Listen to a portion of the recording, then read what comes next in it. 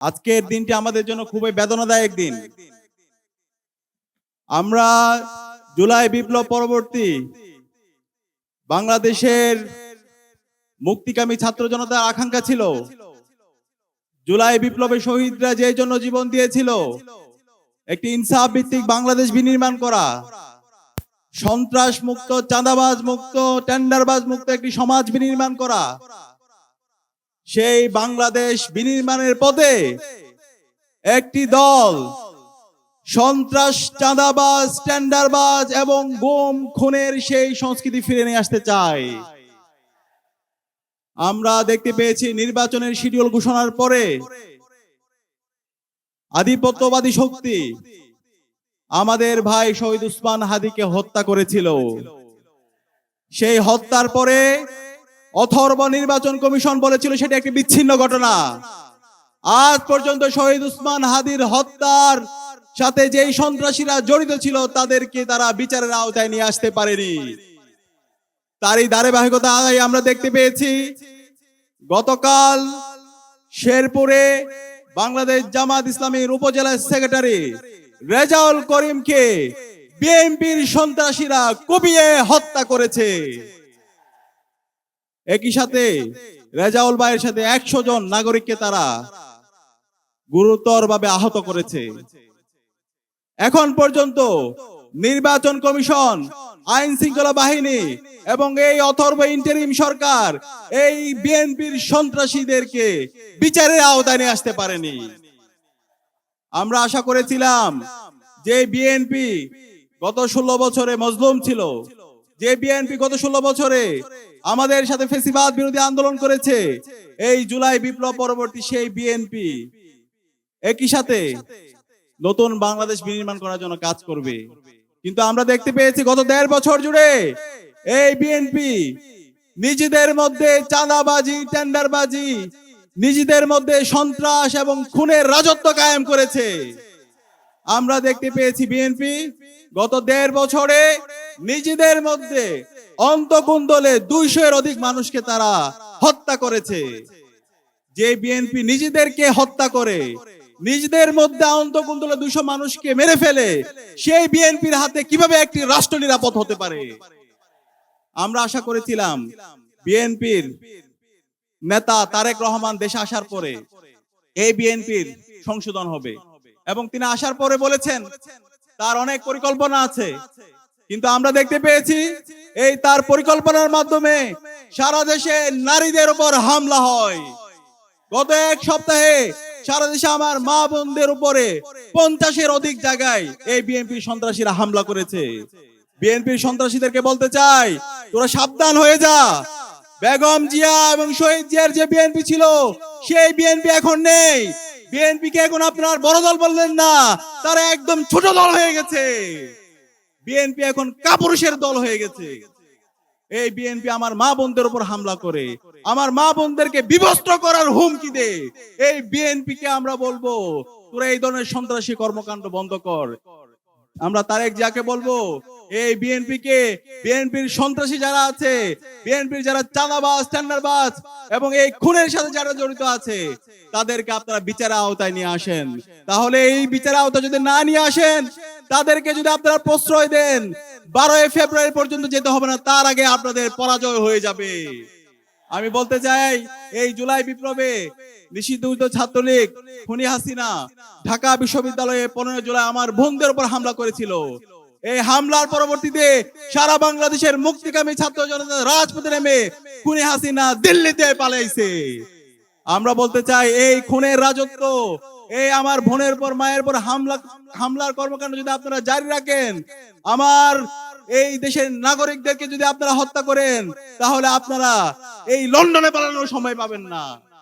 সে কারণে আমি বলবো এই জুলাইয়ের আকাঙ্ক্ষাকে ধারণ করেন, জুলাই বিপ্লবের শহীদদেরকে ধারণ করেন। আমরা এখন পর্যন্ত তারেক রহমানের বক্তব্যে গণভোটে হায়ের পক্ষে কোনো ক্যাম্পেইন দেখতে পাচ্ছি না। আপনি তাহলে স্পষ্ট করেন, আপনি কি জুলাইকে ধারণ করেন নাকি ফ্যাসিবাদী কাঠামোকে রেখে দিতে চান? যারা না এর পক্ষে ক্যাম্পেইন করছে তারা এই হাসিনার দালালি করছে। যারা ন্যায়ের পক্ষে ক্যাম্পেইন করছে তারা ফ্যাসিবাদী কাঠামোকে রেখে দিতে চাচ্ছে। যারা ন্যায়ের পক্ষে ক্যাম্পেইন করছে তারা আবার বাংলাদেশে আলেম ওলামাদের উপর তারা হত্যাকাণ্ড চালাতে চাচ্ছে।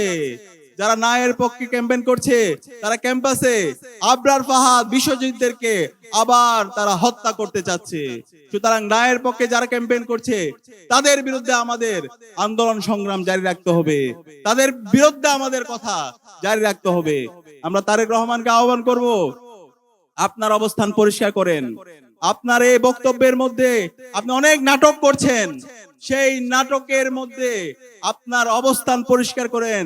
আপনি কি জুলাইকে ধারণ করেন নাকি আপনি জুলাইয়ের বিরুদ্ধে গণভোটের ন্যায়ের পক্ষে আপনি অবস্থান নিচ্ছেন? আপনার সেই অবস্থান আমরা জানতে চাই, ছাত্র সমাজ জানতে চাই। একই সাথে আজকে 11 দলীয় জোটকে আমি ধন্যবাদ জানাচ্ছি। 11 দলীয় জোট ইতিমধ্যে তাদের নির্বাচনী ক্যাম্পেইনে গণভোটে তারা হায়ের পক্ষে অবস্থান নিয়েছে। গণভোটে আমাদের হাকে বিজয় করতে হবে। আগামী 12 ফেব্রুয়ারি যে নির্বাচন হবে সেই নির্বাচনে আমরা যে প্রথম ভোটটা দিব সেই ভোট হচ্ছে গণভোটে হা ভোট। আপনারা কি পারবেন? এই গণভোটে হাকে বিজয় করার মাধ্যমে বাংলাদেশে আগামী 100 বছরের রাজনীতি বিনির্মাণ হবে। আগামী 100 বছরের বাংলাদেশ রাষ্ট্র সুখী সমৃদ্ধ একটি ইনসাফ ভিত্তিক বাংলাদেশ বিনির্মাণ করার জন্য গণভোটে আমাদের হাকে জয় করতে হবে। হা মানে হলো আজাদি, আর না মানে হলো গোলামি। আমরা এই আজাদির জন্য বাংলাদেশের 18 কোটি জনতাকে সাথে নিয়ে গণভোটে হাকে বিজয় করবো। আমরা কি পারবো? ইনশাআল্লাহ, ইনশাআল্লাহ। একই সাথে আমাদের ইনসাফের প্রতিনিধিদেরকে এই আসন্ন নির্বাচনে ব্যাপক ব্যবধানে বিজয় করতে হবে। আমরা কি পারবো? ইনশাআল্লাহ। ইতিমধ্যে বাংলাদেশের তরুণরা সিদ্ধান্ত নিয়েছে, বাংলাদেশের 5টি ছাত্র সংসদ নির্বাচন হয়েছে। প্রতিটি ক্যাম্পাসের ছাত্র সংসদ নির্বাচনে ইনসাফের পক্ষের প্রতিনিধিরা ব্যাপক ব্যবধানে বিজয়ী হয়েছে এবং ইনসাফের প্রতিনিধিরা বিজয়ী হয়ে আসার পরে বাংলাদেশের প্রতিটি ক্যাম্পাসের আমূল পরিবর্তন নিয়ে এসেছে। আমরা ইতিমধ্যে আমাদের জবাবদিহিতা নিশ্চিত করেছি। আমরা গত 4 মাসে কি কাজ করেছি সেটা আমরা জাতির কাছে হাজির করেছি। আমরা আশা করব ইনসাফের প্রতিনিধিরা সারা দেশে নির্বাচিত হয়েছে, তারা জনগণের ক্ষমতা জনগণের হাতে তারা তুলে দিবে, জনগণের কাছে তারা জবাবদিহি করবে। আমরা একই সাথে এই নতুন বাংলাদেশে দেখতে চাই না রাজার ছেলে রাজা হবে। আপনারা কি দেখতে চান? আমরা দেখতে চাই না। আমার এই বাংলাদেশ চলে আমার এই শ্রমিকের ট্যাক্সের টাকা দিয়ে, আমার এই বাংলাদেশ চলে আমার রিকশা চালকের ট্যাক্সের টাকা দিয়ে। রিকশা চালকের সন্তান যদি যোগ্য হয় তাহলে সেও বাংলাদেশের প্রধানমন্ত্রী হতে পারবে। শ্রমিকের সন্তান যদি সে যোগ্য হয়, তার মেধা যোগ্যতা শ্রম দিয়ে সে বাংলাদেশের প্রধানমন্ত্রী হবে। সুতরাং রাজার ছেলে রাজা হবে, সেই নীতি আর বাংলাদেশে চলবে না। সেই জায়গা থেকে ইনসাফের প্রতিনিধিরা আজকে সারা বাংলাদেশ ব্যাপী এবং জুলাই বিপ্লব পরবর্তী 1.5 বছর জুড়ে তারা প্রমাণ করেছে এবং তারা ইতিমধ্যে ঘোষণা করেছে চাঁদাবাজের বিরুদ্ধে, টেন্ডারবাজের বিরুদ্ধে জিরো টলারেন্স ঘোষণা করেছে। সুতরাং এই ইনসাফের প্রতিনিধি সাইফুল আলম মিলন ভাইকে আমরা কি আগামী 12 ফেব্রুয়ারি ব্যাপক ব্যবধানে বিজয় করতে পারবো? ইনশাআল্লাহ। এই ঢাকার সবচেয়ে গুরুত্বপূর্ণ আসন এই ঢাকা 12 আসন, এই কারওয়ান বাজারকে যদি আমরা সিন্ডিকেট মুক্ত করতে চাই, চাঁদাবাজ মুক্ত করতে চাই, তাহলে আমাদের ইনসাফের প্রতিনিধি সাইফুল আলম মিলন ভাইকে ব্যাপক ব্যবধানে আগামী 12 ফেব্রুয়ারি নির্বাচিত করতে হবে। আপনারা কি পারবেন? ইনশাআল্লাহ, ইনশাআল্লাহ। আমি আপনাদেরকে সে উদাত্ত আহ্বান জানিয়ে আগামী 12 ফেব্রুয়ারি সকল নাগরিকরা যেন সুস্থভাবে ভোট দিতে পারে, প্রতিটি কেন্দ্র যেন আমরা নিরাপদ রাখতে পারি, সেই নিরাপদ রাখার জন্য অগ্রণী ভূমিকা পালন করার উদাত্ত আহ্বান জানিয়ে একই সাথে শেরপুরে রেজাউল ভাইয়ের হত্যার সাথে বিএনপির যে সন্ত্রাসীরা জড়িত আছে তাদেরকে বিচারের আওতায় নিয়ে আসার উদাত্ত আহ্বান জানিয়ে আমি আমার কথা শেষ করছি। আসসালামু আলাইকুম ওয়া রাহমাতুল্লাহ।